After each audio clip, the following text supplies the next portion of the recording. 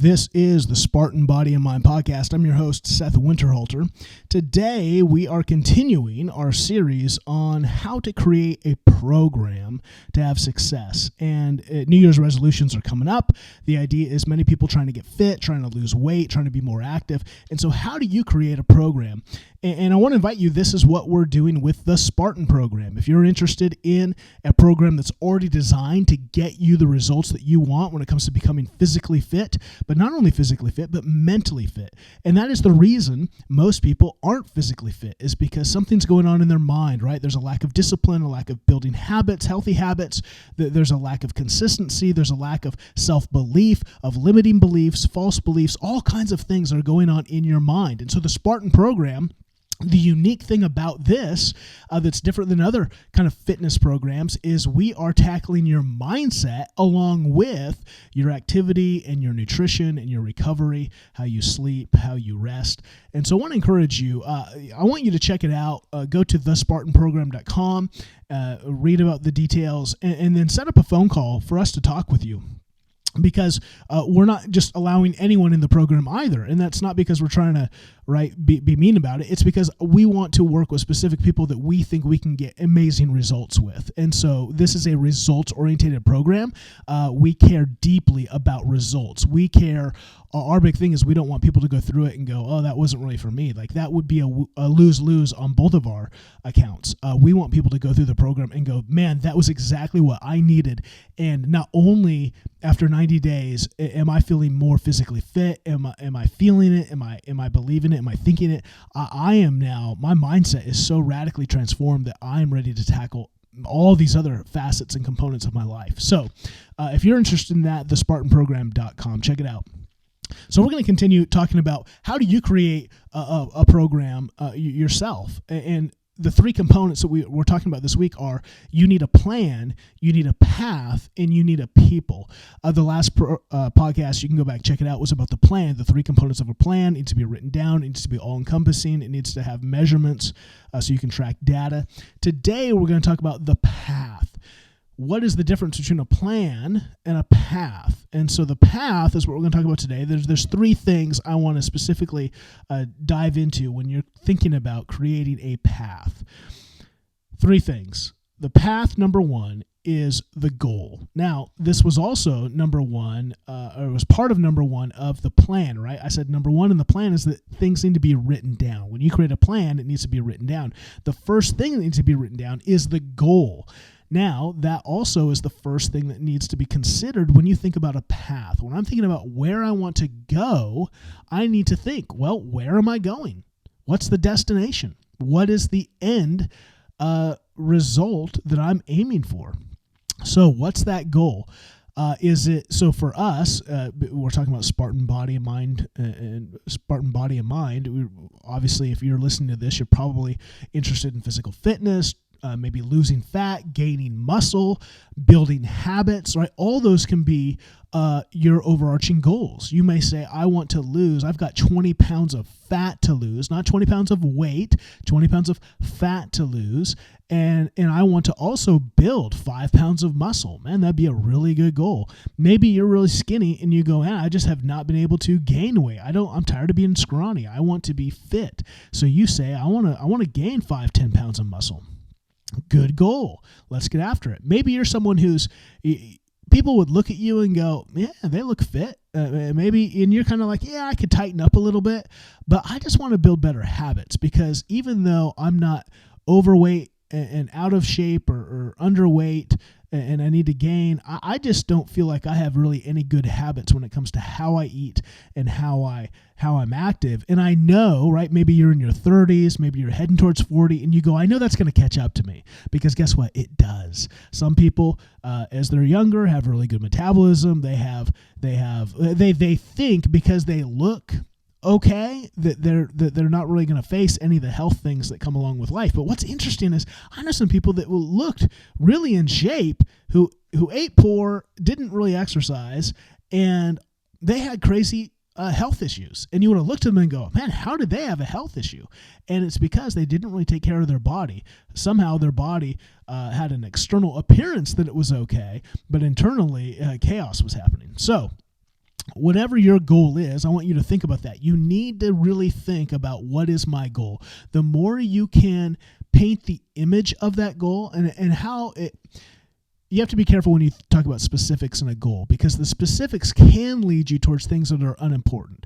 They can lead you towards, well, I want my bicep to look, exactly like this. Okay, well, at the end of the day, you have DNA. Your bicep's going to look like it's going to look. You can't really shape your individual bicep. Maybe you can do some specific exercises to build some components of it, but right, that would be, I think, a waste of time trying to detail something that's, you got to get there and actually see it to happen. What you can say, what I mean by specifics in your goal, is less about these fine getting in the weeds of something specific that you don't really have control over, and more about just the painting. What do you want it to feel like? What do you want it to be like? What do you want? So, like, again, the Spartan program is 90 days. I ask clients, what do you want to feel like at the end of 90 days? How do you feel now? Describe that. Use language to describe how you feel now. Man, I feel tired. I feel unmotivated. I feel some shame. I feel kind of like a failure because I know I'm out of shape and I know I need to and I don't do it, so I feel like a failure. Okay, let's really get into the articulation of how you feel and what you do. What do you do now? Well, I don't go to the gym. I don't eat well. The more you can articulate real tangible things about how you feel and what you do now, and then the easier it will be to articulate what you want to change. Well, in 90 days, I want to eat intuitively healthy. I want to be able to look at food and choices and make good decisions. I want to be able to enjoy life. I want to be able to enjoy events, but I want to be able to do that with more self-control and more discipline about the choices that I make and when I make that. Man, that's a great goal. You're defining then what you're going to work on, right? The more you can define that goal in those kind of things, how do you feel now? What do you do now? How will you feel then? And what will you do then? How will you think then? What are some of those decisions that need to change? Now we can build a plan to get you to those results. So, number one in creating the path is I need to know the end destination. That is the goal. And the more I can paint the picture of what that goal is going to look like compared to where I am now, the more it's going to be easy to plan the route, right? To plan the waypoints there. So that comes to number two. Number two is then there needs to be some waypoints. There needs to be some markers along the way that let you know that you're on the right course to reach your destination. So for activity, for gym, let's say going to the gym, that's why I would encourage you to have if you're going to do a 90-day program, that's 12 weeks, then split it up into 3 blocks. I'm going to do this training for 4 weeks. I'm going to see the results of that, and then I'm going to adjust. And I'm going to do a different training or an adjusted training for 4 more weeks. Then I'm going to adjust, and I'm going to do that for 4 more weeks. That way, you kind of cure boredom. Like if you just say, I'm going to do the same workout every week for 12 weeks. 6 weeks in, you might be like, you might be just tired of it and bored. 2, there might be some exercises in there that you've kind of maxed out, that you've kind of gotten all the work that you can get out of that. And it'd be better for you if you changed, if you threw something else in to stimulate that muscle, to activate that muscle in a different way. And so that's why I think 4 to 6 week programming is really healthy no matter what. Even if you're not on a specific program, just being in the gym, every 4 to 6 weeks, you should adjust and look at your plan and make some adjustments.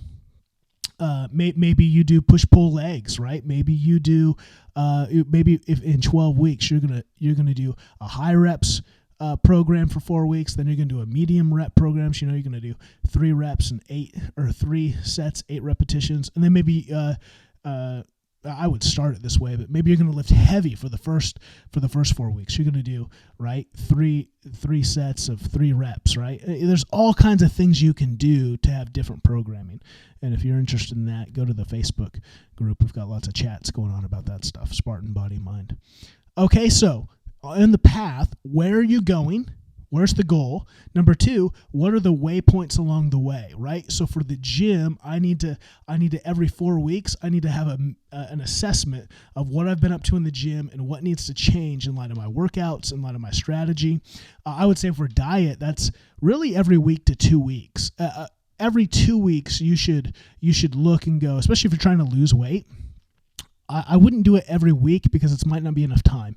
But every 2 weeks, you can adjust and go, did I lose, right? If you should be on track, if you've got a lot of weight to lose 2 pounds per week. And so you can measure and go, am I doing that? Am I not doing that? Why might that be? We can talk with your coach about that. But if you're that way, if you start to stall and don't lose weight, then okay, we're going to drop our calories, or we're going to add more cardio. We're going to do something to stimulate that continued loss of fat.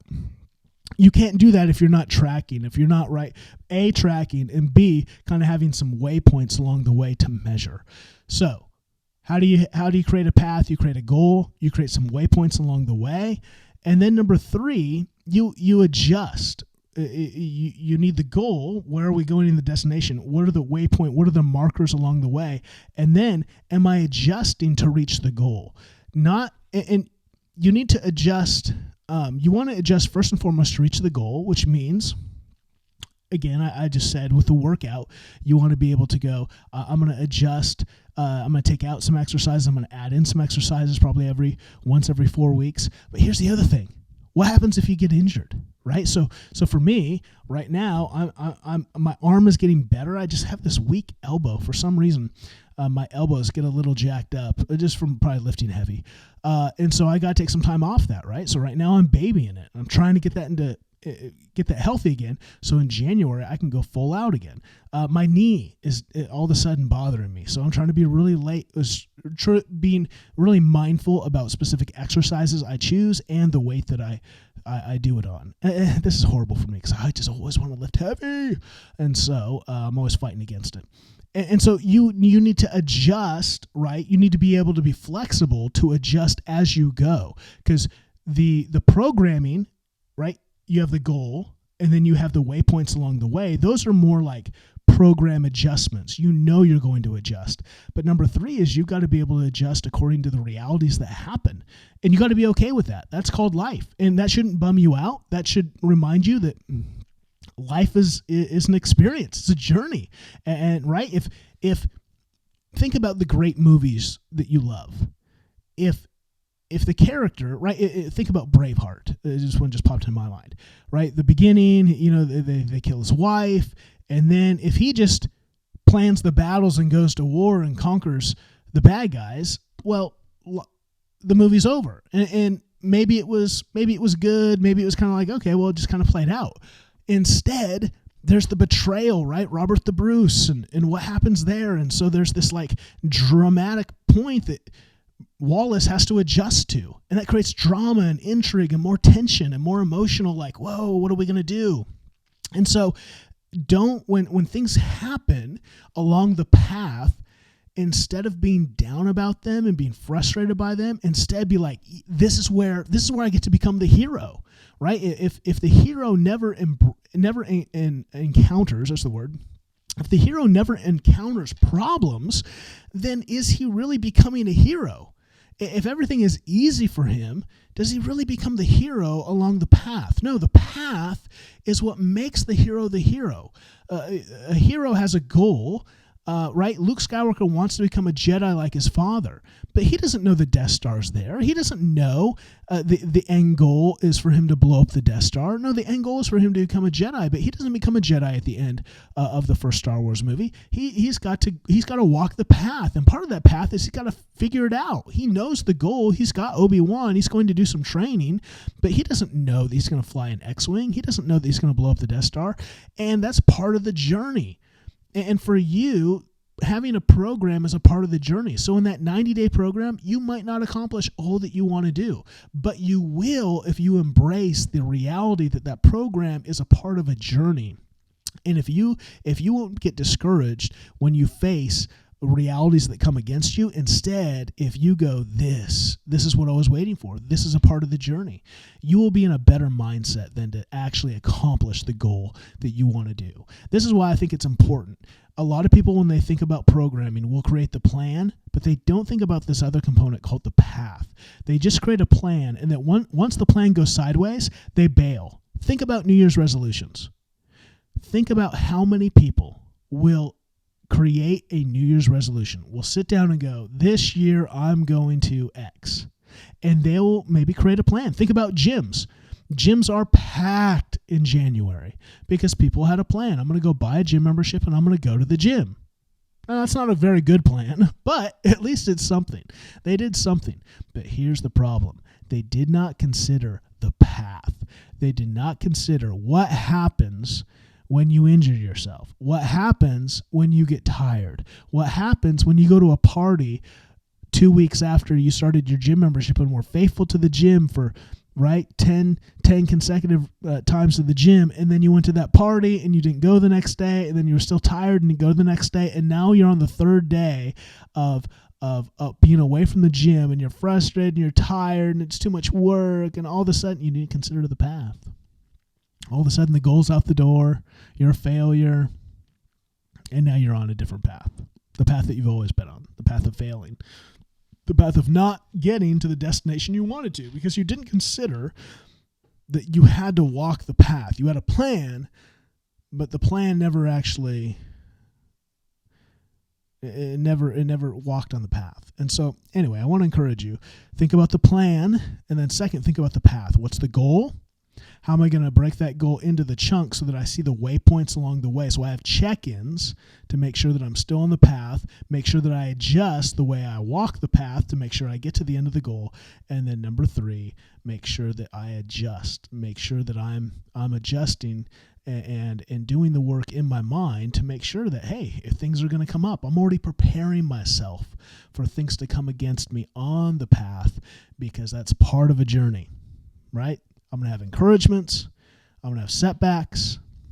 And that's why number 3, the next podcast, is so important, because a lot of people will have a plan. Some people will have a path. But number 3, do you have a people? Do you have people in your corner? Do you have people to do the essential components that others do that help us succeed? No one succeeds alone. We'll dive into that more to come. But if we can help you create a plan, create a path, and put you with the people, that is the Spartan Program. Would love to have you go to thespartanprogram.com and check it out. Again, we're only taking a handful of people, and we want to make sure that you get in as soon as possible. The sooner you get in, the more benefits you get out of the program. One of the benefits now is everyone who jumps in, who signs up for the challenge, which starts in January, gets the entire month of December for free to help you get onto an on-ramp to make the program as successful as possible. So I encourage you, go to thespartanprogram.com and fill that out, and let us give you a call and chat about the program to see if it's a fit for you. Until next time, we'll see you.